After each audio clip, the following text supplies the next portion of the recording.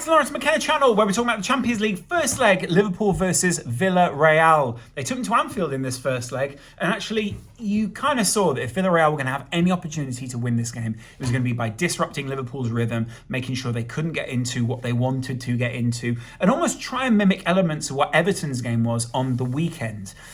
And you know what? It kind of worked for a little while. They got Liverpool to kick towards the Kop in the first half. They were looking at getting into Liverpool when Liverpool were trying to pass it down the wings. They had players that were blocking. They also had players who were blocking on Liverpool's normal passing lanes into the strikers or into the middle part of the pitch as well. So they clearly worked out what Liverpool's patterns were and how Liverpool were going to try and play against them. But the weird thing is, Liverpool now anticipate that. And then they almost play into some of these traps. They almost work out, what is it that we can lull this opposition into doing and then change very quickly to try and capitalise on? And it means that when Villarreal do sit a little bit deeper, and I'm not saying they sat as deep as Everton did or that they sat as deep as even some of the other sides that Liverpool have struggled to break down this season, but they did sit deep enough that it felt like at times Liverpool were basically coming up against a congested wall, and then there were outballs going long and, you know, that kind of thing that normally would frustrate an Anfield crowd. There is now a patience about this Liverpool team and a patience about this Anfield crowd that says, we know that there's going to be changes in this game. We know that it's not about ebb and flow, about back and forth, all these different things. It's actually about phases of the game that we now anticipate from Jurgen Klopp. We anticipate substitutions, we anticipate changes in shape, and we anticipate the control that midfield three of Fabinho, Thiago and Henderson allows this side. And it's that level of control that when Liverpool decide, right, now's the time we're going to change the pace of the game, the opposition can't quite deal with that.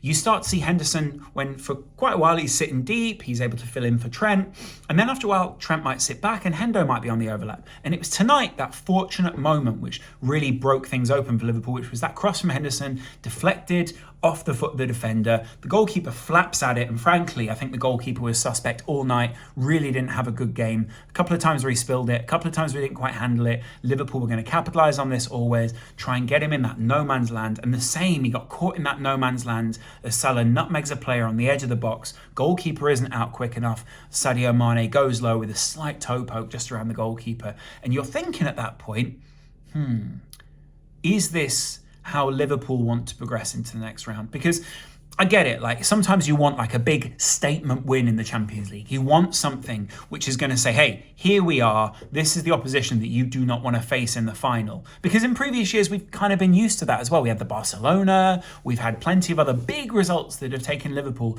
into Champions League finals. But this is a different Liverpool team now. The same man, but a different beast. Different man, same beast? Anyway, the point is that with that, this Liverpool side have evolved a little bit more than they did when they last reached the Champions League final or when they last were competing for the Premier League. And this side now can afford to sit a little bit deeper, allow teams to come on to the likes of Ibrahim Konate, who's very comfortable at just pushing a player wide, using those long legs to cover as much ground as someone who's sprinting forward, and also using that big body to block off a lot of these passes. And you see, Virgil van Dijk is almost actively coaching this young guy through. Not that he needs it, not that he's incapable of doing so many of these different aspects of the game, but because if you've got Virgil van Dijk on that pitch, who do you want to be learning from? You will literally see on corners, by the way, Virgil is placing this guy, going, this is the way I want to run, that's the way I want to run. He's literally moving his shoulders around. And Konate, as a player, is allowing that to happen. He's learning like a sponge from Virgil van Dijk, like sponges do obviously learn, but he's learning and absorbing all of that information. He's being led by Virgil van Dijk on the pitch, one of Liverpool's prominent players. And essentially what he's doing is actively playing that B-side to a guy who runs elements of this Liverpool team right now. And it's good to see, because even when Henderson's out on the pitch, the Liverpool captain, you still want to see all the other guys in a leadership position, and there are a number of different players there. One thing I did notice tonight was, and I'll go into my men of the match in a minute, but Alisson didn't need to get on the ball almost nearly as much as he has in other games. And you can tell when the teams are pressing Liverpool or pressuring Liverpool, because Alisson ends up with a lot more of the ball. He ends up seeing a lot more of the possession. We barely registered that many kind of significant Alisson passes tonight. Barely any pressure on him. There's going to have to be a lot more of that from Villarreal and Al in the second leg if they want to get back into the tie. And the fact is they're going to be desperate in this second leg. So they will be a lot more attacking, and they will be a lot more onto Liverpool at their their home stadium in a position where they can be putting it on Liverpool, or at least trying to. That's going to work well for Liverpool, you would hope. Because ultimately, when teams come forward against Liverpool, it leaves a lot more space for like Mo Salah, Luis Diaz and Sadio Mane to come through. Tonight, of course, the rotation was a little bit different as well. You also saw that Bobby Firmino wasn't available. And so when Liverpool did want to change things, you did have Jota coming on and you did have Keita coming on, but that didn't quite change in the same way as you normally would see a Roberto Firmino. So that breaking of the lines worked differently. It was almost that Mo Salah needed to drop a little bit deeper, and that actually really worked really well for the second goal, where he was on the edge of the box. He fed the ball into Mane, and there was that toe poke, like I said. So it's also that this was a good team performance from Liverpool. The team here were making the difference. It wasn't just one individual brilliant performance, which a lot of people expect in the Champions League. They expect people to step up. This whole team stepped up for Liverpool. They knew exactly what their positions were. They knew how well these guys were going to play. They knew all sorts of different elements this side were clicking. And like I've heard in an interview in recent weeks from Trent Alexander-Arnold, it's very natural. This all feels very natural to this Liverpool team. And that's why you wanted to see Villarreal, if you're a Villarreal fan, disrupting that natural flow that Liverpool have worked up between them. The frustrating thing for anyone who's playing Liverpool right now is if you can't break up that flow, or even when you do break up that flow, Liverpool are always looking for new ways to get back into it.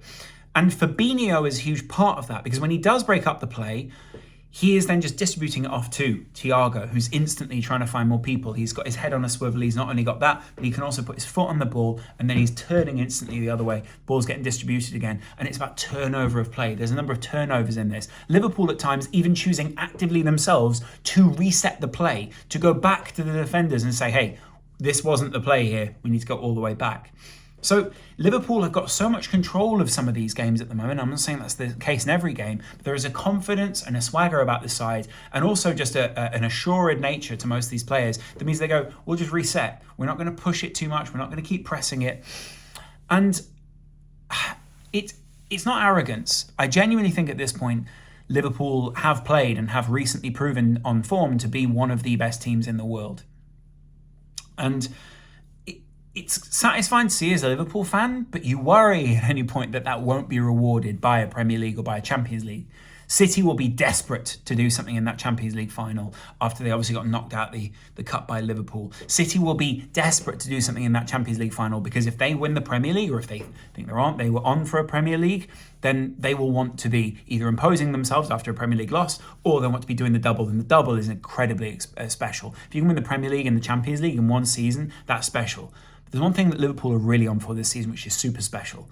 That's the quadruple right now.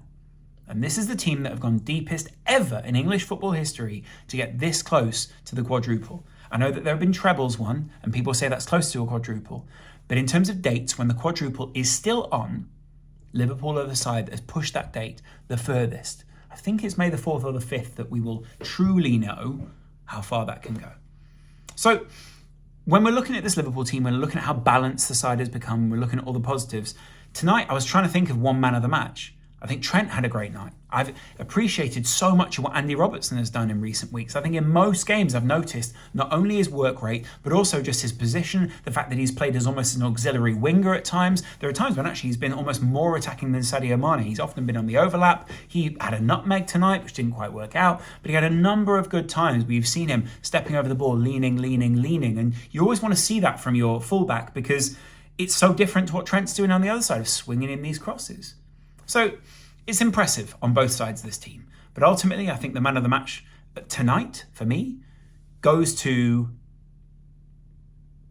I'm going to say Thiago again. I picked someone different on the stream, but I still think Thiago set the pace.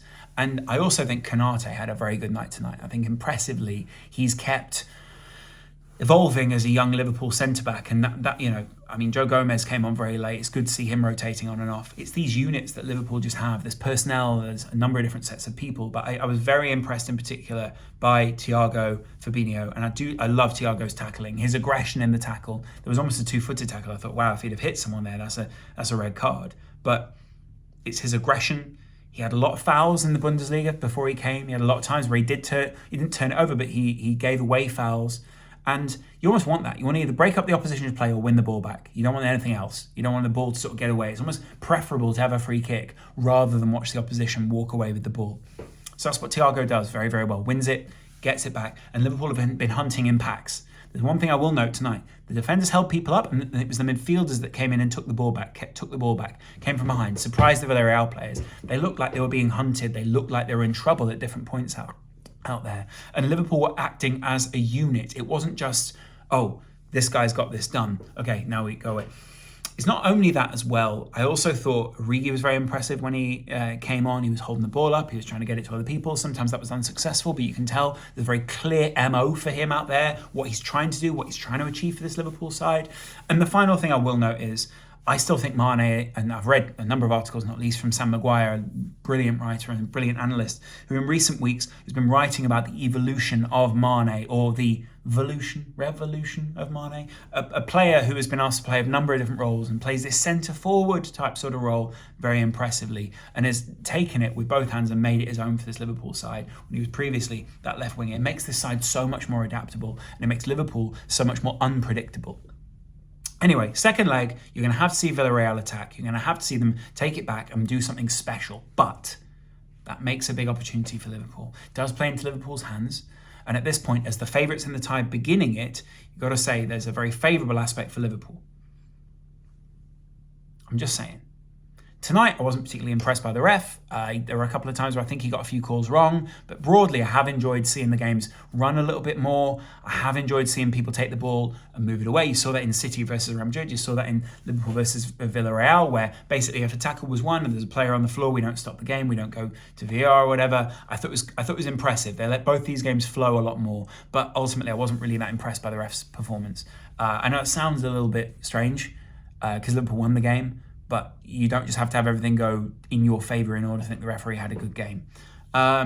Ultimately, and I said at the start of the game, there's lots of passive energy between these two sides. There's not a particular rivalry. Villarreal haven't particularly gone out of their way to make it uncomfortable for Liverpool yet, and I'd expect that they will ramp all of these things up, even though that isn't really in Emery's tool bag so far. They managed to get under Bayern Munich's skin.